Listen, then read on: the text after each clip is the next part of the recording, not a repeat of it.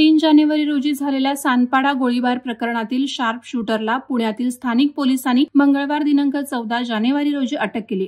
पोलिसांनी दिलेल्या माहितीनुसार शूटर इम्रान कुरेशी एक कुख्यात गुन्हेगार आहे आणि DK राव टोळीचा माजी सदस्य आहे। सानपाडामधील गोळीबारामध्ये कुरेशीकडून वापरलेले हत्यार पोलिसांनी जप्त केले। पुढील तपासासाठी त्याला सानपाडा पोलिसांच्या ताब्यात देण्यात येणार आहे। पोलिसांनी दिलेल्या माहितीनुसार कचरा कंत्राटदार संतोष गवळी यानं राजाराम ठोके यांच्या हत्येचा कट रचला होता।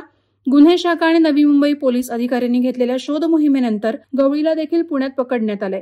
गवळीचा करार संपल्यानंतर राजाराम ठोके यांना सुमारे 2.5 वर्षांपूर्वी कचरा उचलण्याचे आणि विल्हेवाटीचे कंत्राट मिळाले होते। याचाच राग गवळी याला होता। APMC मार्केटमधील मजूर गवळीचा अनादर करत होते, मात्र ठोके यांचा सर्व आदर करत असल्याने गवळीच्या मनात राग उत्पन्न झाला होता।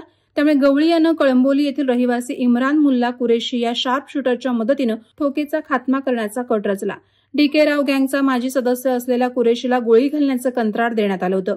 दरम्यान नवी मुंबईतील कळंबोली येथील रहिवासी असलेल्या कुरेशीकडे मुंबई, नवी मुंबई, ठाणे आणि महाराष्ट्राच्या इतर भागामध्ये दाखल करण्यात आलेल्या गुन्ह्यांमध्ये खुनाचा प्रयत्न, खून, खंडणी, टोळी युद्ध आणि दंगलीचे असा मोठा गुन्हेगारी रेकॉर्ड आहे। नेमबाजी कौशल्य असलेला शार्प शूटर म्हणून त्याचं वर्णन केलं जात होतं। कुरेशी वेगवेगळे सिम कार्ड वापरणे आणि नेहमीच्या कॉल्स ऐवजी व्हॉट्सअप कॉलवर अवलंबून राहणे यासारख्या युक्त्या वापरत असे। बऱ्याच वेळा तो कॉल करायचा, पण एका रिंग नंतर डिस्कनेक्ट करायचा। तो वारंवार सिम कार्ड स्विच करत असे आणि त्याचा फोनही वारंवार बंद करत असे। त्यामुळे तपासाला विलंब झाल्याचे एका पोलीस अधिकाऱ्यानं स्पष्ट केलंय।